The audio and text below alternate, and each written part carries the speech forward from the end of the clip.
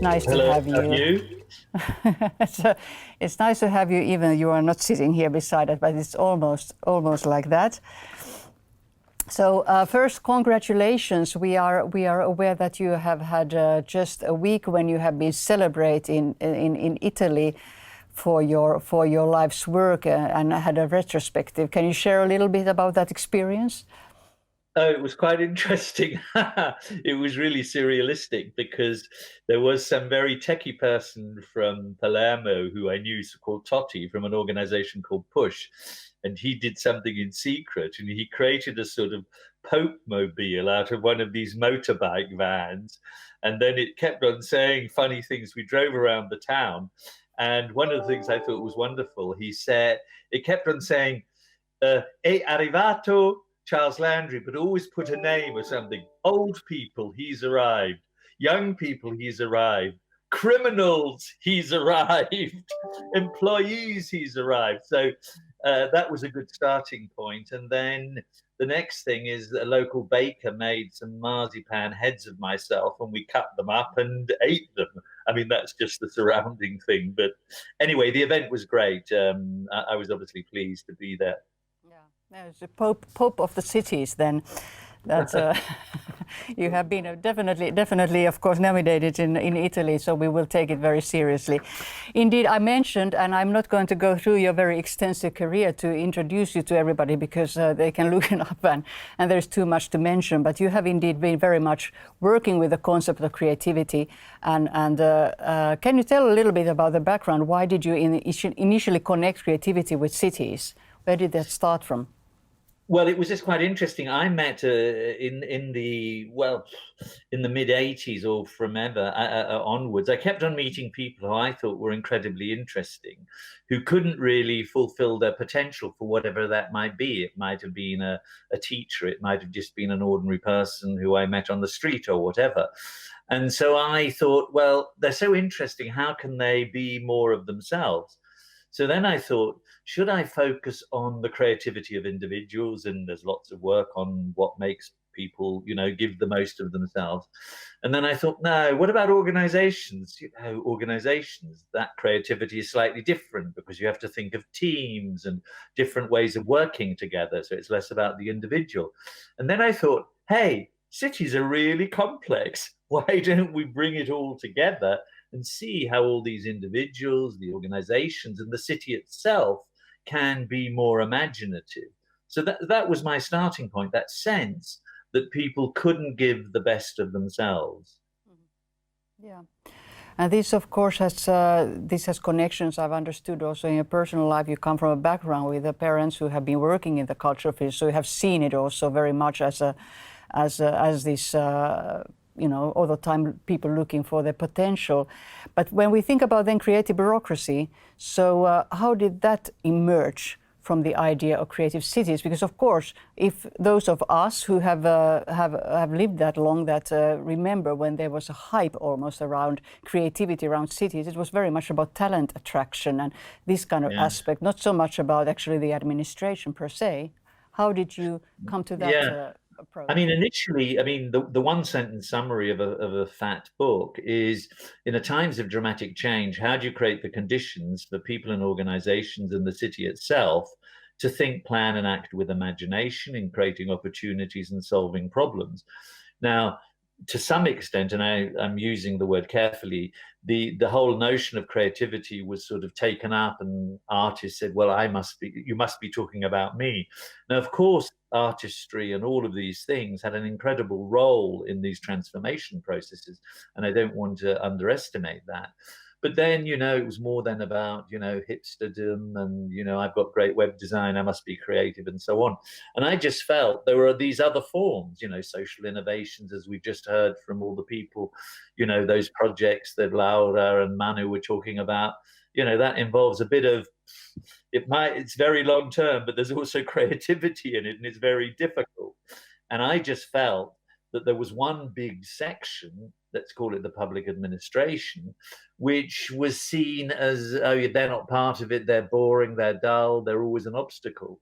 And that's why and this is the last time I'm going to use the word creative, lashed, and it started in 2003 and nobody was interested, the two words together, creative bureaucracy, as a provocation to say, well, you've got interesting things to say as well. You may be trapped by a system, but you're not stupid. You know, you have the public interest at heart. And I just believe that the public interest in being creative in that sense, civic creativity, is a fantastic area. You have now been working on this creative bureaucracy, especially with the city of Berlin and institutions there for a few years. And now indeed it becomes more and more indeed an international movement, and it has already been applied in many places, indeed as festivals, almost as a platform for that collaboration. What have been the surprising comments that you have gotten from it? What has, in a way, what has somehow been for you personally the most, indeed, or those provocations that you might have not thought about before you started it? Well, I mean, the surprising thing was even at the beginning when I spoke to the guy, Sebastian Turner from the main paper in Berlin, and I was trying to be in a pathetic way. He said, oh, can you publicize a little event I'm doing? And he said, and I then told him about it. And he said, this is the project I've been waiting for. Every day I complain to the 180,000 public administrators in my city, and then I ask them to also pay for the paper. Why don't I give solutions? So that was one surprise.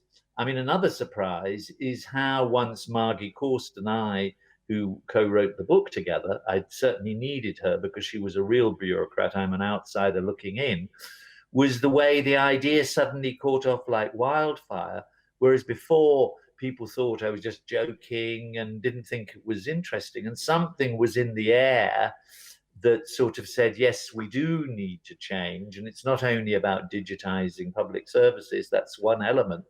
So that surprised me, the way it spread like wildfire. Then the third thing that surprised me was, on the one hand, people thought, well, it didn't surprise me. People said, oh, what's this nonsense? What do you mean creative bureaucracy? This is an oxymoron. Whereas others immediately got it and seemed to, some people derived energy from this idea. And just seeing these other people being so energetic about it and talking about their projects and bringing the different projects together, it suddenly became a sort of critical mass. And just seeing that critical mass, like you're showing here in your event, is so satisfactory, I can't tell you. Yeah. Can you tell some of the, let's say, like examples of inspiring cases that you have learned thanks to your interest in creative bureaucracy? I know, for example, that you are giving awards for these unseen heroes. So do you have something that you can give as an example to inspire maybe people who are listening at the moment? Well, many people will know, for example, Sinathina, which Amalia Zepu, the deputy mayor then of Athens, put together. Initially, she was a filmmaker, documentary filmmaker. And what that did was really generate from within the civic sector, using that energy. She harnessed that energy to do things that would never have happened. So that's why we always talk about creative bureaucrats and their allies, because these allies, which were really the civic sector, were being empowered by the system to just generate their ideas and implement them. So that's an example I've always liked. I mean, of course, everyone in your region there knows Gabriela Gomez-Mont, but clearly the whole crowdsourcing a constitution for Mexico City, which was different from that of the state, which was more about human rights and all of these issues, is another one. A third one, this is a bit of way back, a few years back, a couple of years back, was the 90-day project generated out of Adelaide, which basically encouraged civil servants or citizens to come up with a problem that they wanted a solution in 90 days. It was possible to begin that process, and sometimes it succeeded, because it was legitimated from the premier of the country. But nevertheless, it generated this energy coming from below. And so this combination of top down, bottom up, I find really quite interesting. And we have, of course, the pleasure of having you also tomorrow to discuss these things, at least actually with a lot of civic servants and in the room, and also conversing with people of Vantaa that might give at least some kind of inspiration for more examples on the civil society. So do you have something that you would like to give as a teaser to people about the Creative Bureaucracy Festival that is coming, as you have now the stage? Well, I mean, I don't want to just sort of mark it, but it's quite interesting when you think about it, because it's the third festival. And so you're then beginning to think about what are the themes that are, we've sharpened the themes than, let's say, before. Before, I think it was a bit of a potpourri. And so we've got a few themes. One of them is called Creative Bureaucrats in Their Own Words. And these are basically people most of us don't know, and they could be also a civic person and so on. So that's one thread. Another thread, and you've already discussed this to some extent, is this thing about the silver lining. You know, things have been possible in the last 6 months that seemed impossible before. And so we're just going through some of these examples. A third strand, which I'm really happy about, is learning from. And then we're taking each continent, you know, learning from Latin America, learning from Asia, learning from Africa. Obviously, there's European learnings as well. But just seeing these different views together, I think is quite interesting. And perhaps the final point I'll just mention is, you know, you're doing things in Nordic city making, which I think is a great project. And there are many of you in this room, in this virtual room, who are doing initiatives. They're part of organizations, they're part of networks. And there's a whole strand about what is this innovative ecosystem? How can all the elements come together so that 1 + 1 = 3? And perhaps the final point I'd make is we've got the final strand is, how do you become this future civil servant? What are their qualities and characteristics? How do they behave? How do they communicate? So that gives you a bit of a flavor of the range of events that is going on.